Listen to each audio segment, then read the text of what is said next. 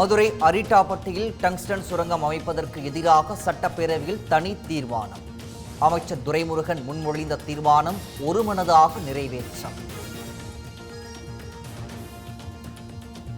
எந்த சூழலிலும் டங்ஸ்டன் சுரங்கத்தை அனுமதிக்க மாட்டோம் என முதலமைச்சர் ஸ்டாலின் திட்டவட்டம். மீறி வந்தால்தான் தான் முதலமைச்சராக இருக்க மாட்டேன் எனவும் சூளுரை. நான் முதலமைச்சராக இருக்கிற வரையில் நிச்சயமாக ஒன்றிய அரசு இந்த திட்டத்தை கொண்டு வர முடியாது. அது வந்தால் அதை தடுத்தே தீர்வோம்.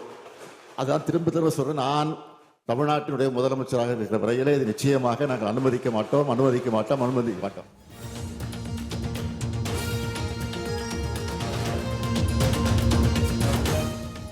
டங்ஸ்டன் சுரங்கம் தொடர்பான தனி தீர்மானம்.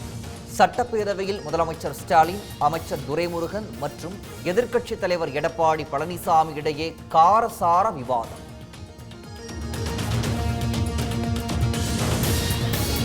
டங்ஸ்டன் சுரங்க விவகாரத்தில் மக்கள் போராடும் வரை திமுக அரசு அமைதியாகவே இருந்ததாக எடப்பாடி பழனிசாமி குற்றச்சாட்டு. அனைத்து விதத்திலும் எதிர்ப்பு தெரிவித்திருப்பதாக முதலமைச்சர் ஸ்டாலின், அமைச்சர் துரைமுருகன் பதில். டங்ஸ்டன் சுரங்க விவகாரத்தில் தமிழக அரசு கவனமாக இருந்திருந்தால் ஏலம் வரை வந்திருக்காது. எதிர்க்கட்சித் தலைவர் எடப்பாடி பழனிசாமி பேட்டி. சுரங்கம் அமைப்பதற்கு ஒப்பந்தம் புள்ளி கோருகின்ற பொழுதே மாநில முதலமைச்சர் பாரத பிரதமருக்கு கடிதம் எழுதப்பட்டிருந்தா நான் அப்பொழுது நிறுத்தியிருக்கலாம். இவ்வளவு பிரச்சனைக்கு இடம் வந்திருக்காது. அதைத்தான் நான் தெரிவித்தேன். ஆனால் அந்த மழுப்பலான பதில தான் இந்த அரசாங்கம் சட்டமன்றத்தில் தெரிவிச்சது. டங்ஸ்டன் சுரங்கம் தொடர்பாக மத்திய அமைச்சர் கிஷன் ரெட்டியிடம் பேசியுள்ளதாக சட்டப்பேரவையில் பாஜக உறுப்பினர் நயினார் நாகேந்திரன் தகவல். விரைவில் நல்ல முடிவு வரும் எனவும் பேச்சு. அந்த பகுதி மக்களுக்கு பாதிப்பில்லாத வகையில் கொண்டு வந்திருக்கிற தீர்மானத்திற்கு நாங்கள் ஏற்கனவே பேசியிருக்கிறோம். மக்களுக்கு நல்ல செய்தி வந்து சேரும். மதுரை அரிட்டாப்பட்டி டங்ஸ்டன் சுரங்கம் அமைக்கும் முடிவை கைவிட வேண்டும். மத்திய அமைச்சர் கிஷன் ரெட்டிக்கு அண்ணாமலை கடிதம்.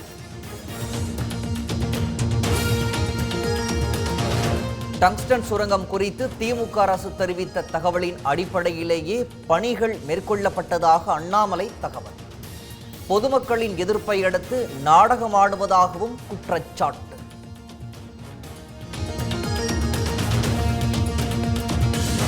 டங்ஸ்டன் சுரங்கத்திற்கு எதிராக மதுரையில் போராட்டம். சுரங்க ஏலத்தை உடனடியாக ரத்து செய்ய வலியுறுத்தல்.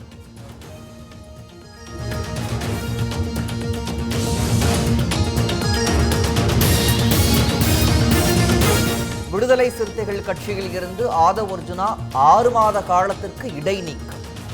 கட்சி தலைவர் திருமாவளவன் அறிவிப்பு. ஆதவ் அர்ஜுனாவின் போக்கு கட்சியில் எதிர்மறை தாக்கத்தை ஏற்படுத்தியுள்ளதால் ஒழுங்கு நடவடிக்கை. இடைநீக்கம் குறித்து திருமாவளவன் விளக்கம். சென்னை தலைமைச் செயலகத்தில் முதலமைச்சர் ஸ்டாலினுடன் விசிக தலைவர் திருமாவளவன் சந்திப்பு. செஞ்சல் புயல் நிவாரண நிதியாக 10 லட்சம் ரூபாய்க்கான காசோலையை வழங்கினார்.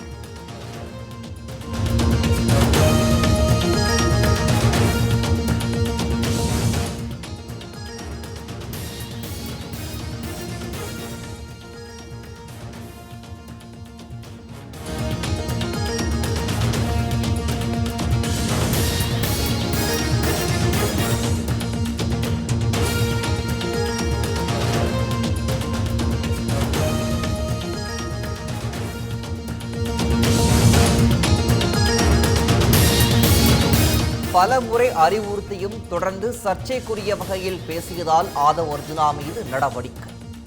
முதலமைச்சரை சந்தித்த பின் திருமாவளவன் பேட்டி.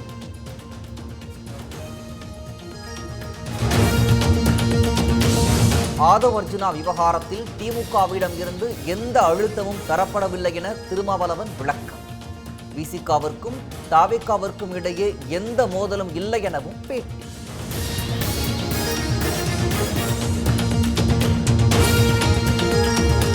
சட்டப்பேரவையில் துணை முதலமைச்சர் உதயநிதிக்கு 3வது இருக்கை ஒதுக்கீடு. முதலமைச்சர் அமைச்சர் துரைமுருகனுக்கு அடுத்த இருக்கையில் அமர்ந்துள்ள துணை முதல்வர் உதயநிதி.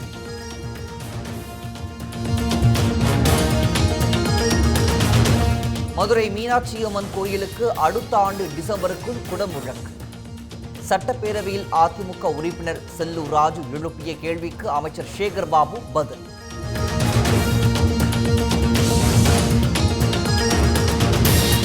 கூலி திரைப்பட படப்பிடிப்பிற்காக ஜெய்ப்பூர் செல்லும் நடிகர் ரஜினிகாந்த். திருவண்ணாமலை நிலச்சரிவில் உயிரிழந்தவர்களுக்கு வருத்தம் தெரிவிப்பதாக பேட்டி.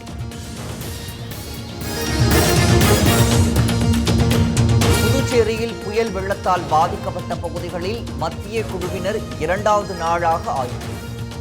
வெங்கடா நகர், கதிர்காமம், கோரிமேடு உள்ளிட்ட பகுதிகளில் பாதிப்புகளை பார்வையிட்டனர்.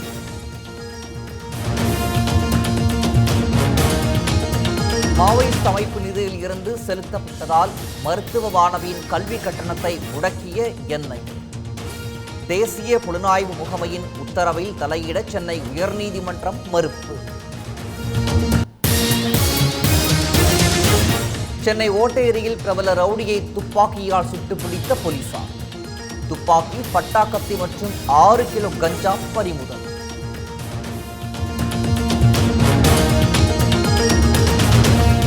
கல்வியாண்டு தொடங்கி 6 மாதங்களாகியும் அங்கன்வாடிகளில் சீருடை, பயிற்சி புத்தகங்கள் வழங்கவில்லை. பாஜக மாநில தலைவர் அண்ணாமலை குற்றச்சாட்டு.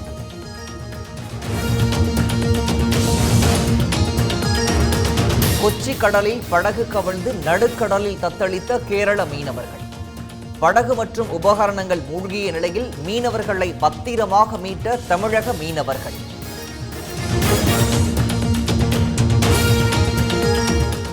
கன்னியாகுமரி மாவட்டம் பார்வதிபுரத்தில் சிமெண்ட் கலவை ஏற்றிச் சென்ற லாரி கவிழ்ந்த விபத்து. இடிபாடுகளுக்குள் சிக்கிய லாரி ஓட்டுநரை மீட்கும் முயற்சி தீவிரம்.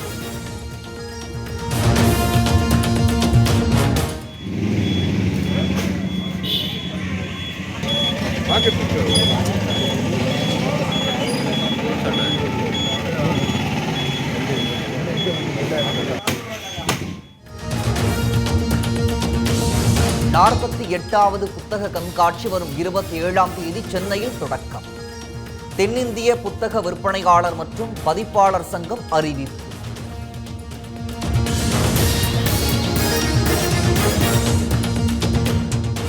சிறப்பு குழந்தைகளுக்கு தமிழகத்தில் பாதுகாப்பற்ற சூழல் நிலவி வருவதாக நடிகை கஸ்தூரி குற்றச்சாட்டு. பாலியல் குற்றவாளிகளை என்கவுண்டர் செய்தாலும் மக்கள் எதிர்க்க மாட்டார்கள் எனவும் கருத்து.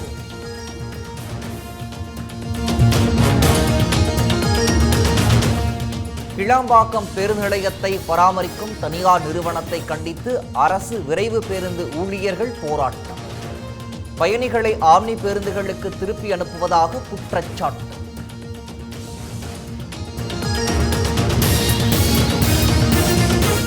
சமவெளியில் இருந்து நீலகிரிக்கு வரும் அரசு பேருந்துகளில் பிளாஸ்டிக் பொருட்களை கொண்டு வர தடை. மீறினால் பேருந்து ஓட்டுநர், நடத்துனர் மீது கடும் நடவடிக்கை எடுக்கப்படும் என போக்குவரத்து கழகம் அறிவிப்பு. தமிழகத்தில் நாளை 5 மாவட்டங்களில் கனமழைக்கு வாய்ப்பு. நாகை, திருவாரூர், தஞ்சை உள்ளிட்ட மாவட்டங்களில் மழைக்கு வாய்ப்புள்ளதாக வானிலை ஆய்வு மையம் தகவல்.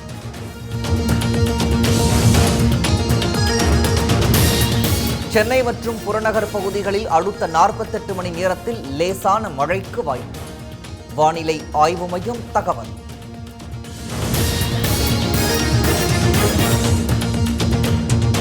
மழை முன்னெச்சரிக்கை நடவடிக்கைகளை தீவிரப்படுத்த மாவட்ட ஆட்சியர்களுக்கு பேரிடர் மேலாண்மை துறை உத்தரவு. நிவாரண முகாம்கள், உணவு உள்ளிட்ட அடிப்படை வசதிகளை ஏற்படுத்த அறிவுறுத்தல்.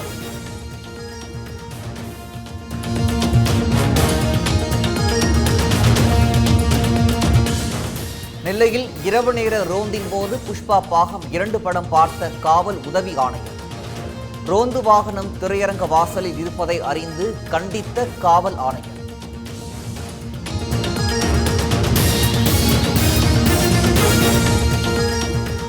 தஞ்சையில் மினி பேருந்து ஓட்டுநர் கொலை வழக்கில் சிறுவன் உட்பட 4 பேர் கைது. மேலும் 3 பேரை தொடர்ந்து தேடி வரும் தனிப்படை போலீசார்.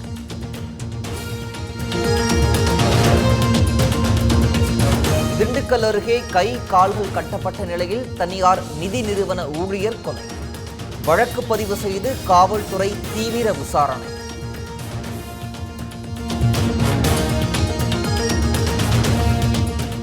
திருப்பூரில் மனைவியை வெட்டிவிட்டு காவல் நிலையத்தில் சரணடைந்த கணவர்.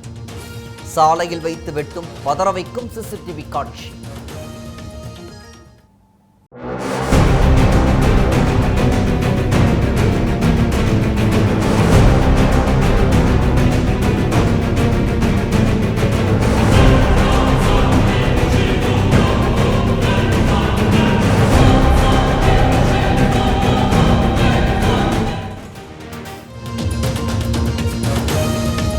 கரூர் மற்றும் சுற்றுவட்டார பகுதிகளில் கடும் பனிமூட்டம். வாகன ஓட்டிகள் அவதி.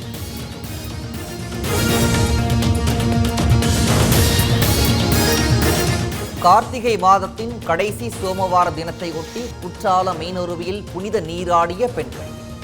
நீண்ட வரிசையில் காத்திருந்து விநாயகருக்கு சிறப்பு பூஜை.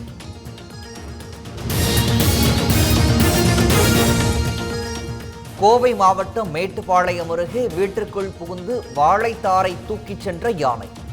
சமூக வலைதளங்களில் வெளியான வீடியோ.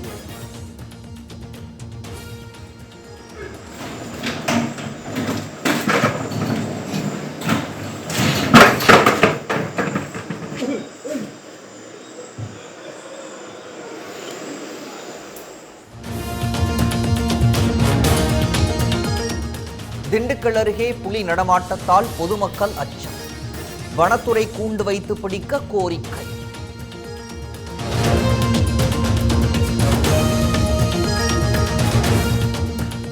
ராமநாதபுரம் அருகே உள்ள தேர்த்தங்கல் பறவைகள் சரணாலயத்திற்கு பறவைகள் வருகை குறைவு. உரிய பராமரிப்பு பணிகளை மேற்கொள்ளாததே காரணம் என பறவைகள் ஆர்வலர்கள் குற்றச்சாட்டு. திண்டுக்கல் மாவட்டம் நத்தம் அருகே காரில் கடத்தி வரப்பட்ட 900 வெளிமாநில மது பாட்டில்கள் பறிமுதல். கடத்தலில் ஈடுபட்ட 3 கைது.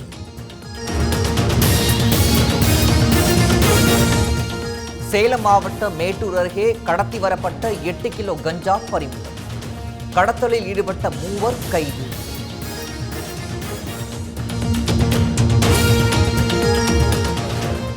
திருப்பத்தூர் மாவட்டம் நாற்றம்பள்ளி உழவர் சந்தையில் வெளிமாநில தக்காளிகளை இறக்குமதி செய்து விற்பனை. பாதிக்கப்பட்ட உள்ளூர் விவசாயிகள் வியாபாரிகளிடம் வாக்குவாதம்.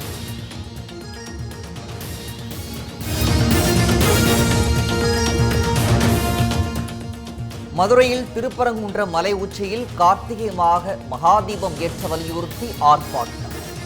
இந்து மகா சபையினர் கைது.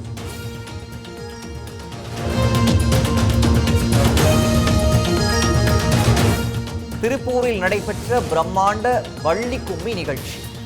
5000 பேர் பங்கேற்று நடனமாடி அசத்தல்.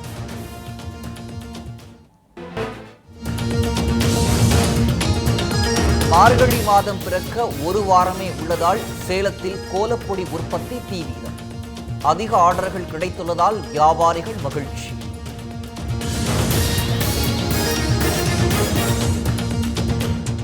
திருப்பூரில் வடமாநில தம்பதியின் 9 மாத குழந்தை தண்ணீரில் விழுந்து பலி. தாய் சமைத்துக் கொண்டிருந்த போது வாளியில் தவறி விழுந்து குழந்தை பலியான சோகம்.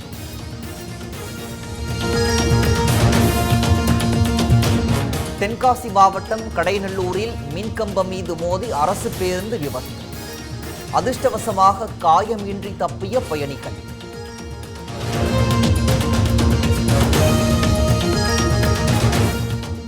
திருப்பூரில் இருந்து அவிநாசி நோக்கி சென்ற கார் பேருந்து மீது மோதி விபத்து. ஓட்டுநர் படுகாயங்களுடன் மருத்துவமனையில் அனுமதி.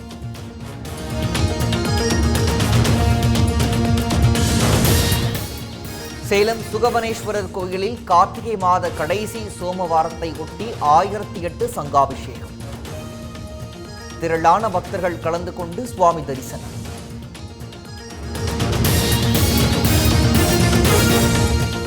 தஞ்சை மாவட்டம் சுவாமிமலை முருகன் கோயிலில் கார்த்திகை மாத கடைசி சோமவாரத்தை ஒட்டி அதிக அளவு குவிந்த பக்தர்கள். காவடி பால்குடம் எடுத்து நேர்த்திக்கடன் செலுத்தி வழிபாடு.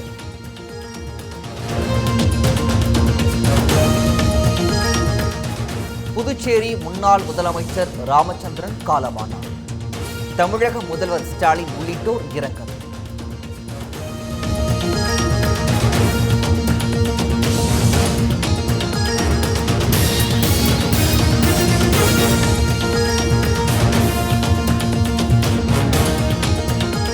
கட்டுமான பொருட்களுக்கான செலவு ஆண்டிற்கு 11 விழுக்காடு உயர்வு. நெருக்கடியை சந்திக்கும் கட்டுமான நிறுவனங்கள்.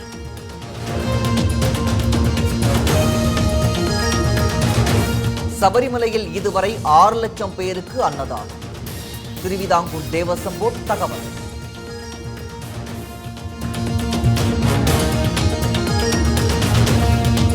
LICயின் பீமா சகி திட்டம் இன்று தொடக்கம். ஹரியானா மாநிலம் பானிபட்டில் தொடங்கி வைக்கிறார் பிரதமர் மோடி.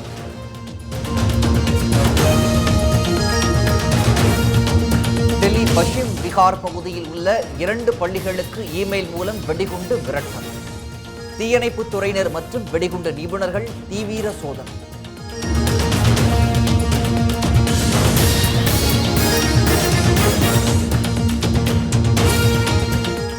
ரஷ்ய தலைநகர் மாஸ்கோ சென்றடைந்தார் மத்திய பாதுகாப்புத்துறை அமைச்சர் ராஜ்நாத் சிங். ரஷ்ய அரசு சார்பில் உற்சாக வரவேற்பு.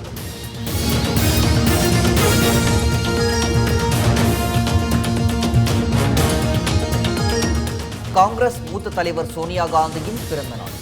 பிரதமர் மோடி, முதலமைச்சர் ஸ்டாலின் உள்ளிட்டோர் வாழ்த்து.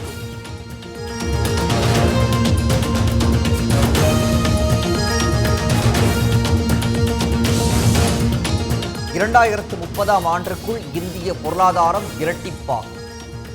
பஹ்ரைனில் மத்திய வெளியுறவுத்துறை அமைச்சர் ஜெய்சங்கர் பேச்சு.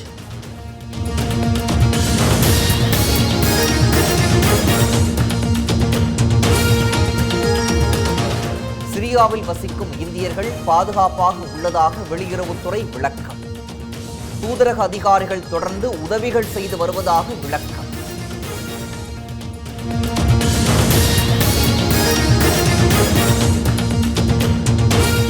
RJ பாலாஜி இயக்கும் சூர்யா 45 திரைப்படத்திற்கு சாய் அபியங்கர் இசையமைக்க உள்ளதாக படக்குழு அறிவிப்பு. AR ரஹ்மான் இசையமைக்க இருந்த நிலையில் புதிய இசையமைப்பாளரை அறிவித்த படக்குழு.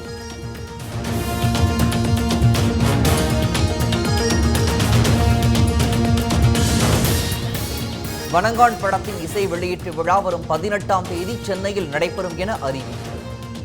இயக்குனர் பாலாவின் 25வது திரைப்பயணம் விழாவும் இணைத்து கொண்டாடப்படும் என படக்குழு தகவல்.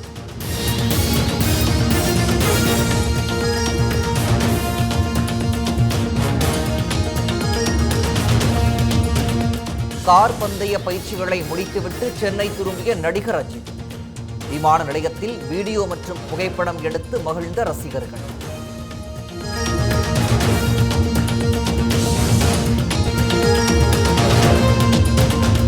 இலங்கைக்கு எதிரான 2வது டெஸ்ட் கிரிக்கெட் போட்டி. வெற்றி பெற இன்று 5 விக்கெட்டுகளை கைப்பற்ற வேண்டிய கட்டாயத்தில் தென்னாப்பிரிக்கா.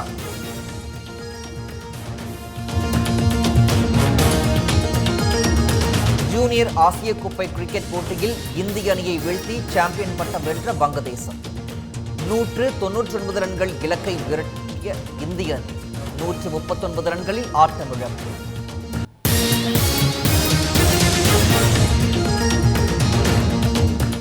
உலக செஸ் சாம்பியன்ஷிப் போட்டியின் 11வது சுற்றில் இந்திய வீரர் குகேஷ் வெற்றி.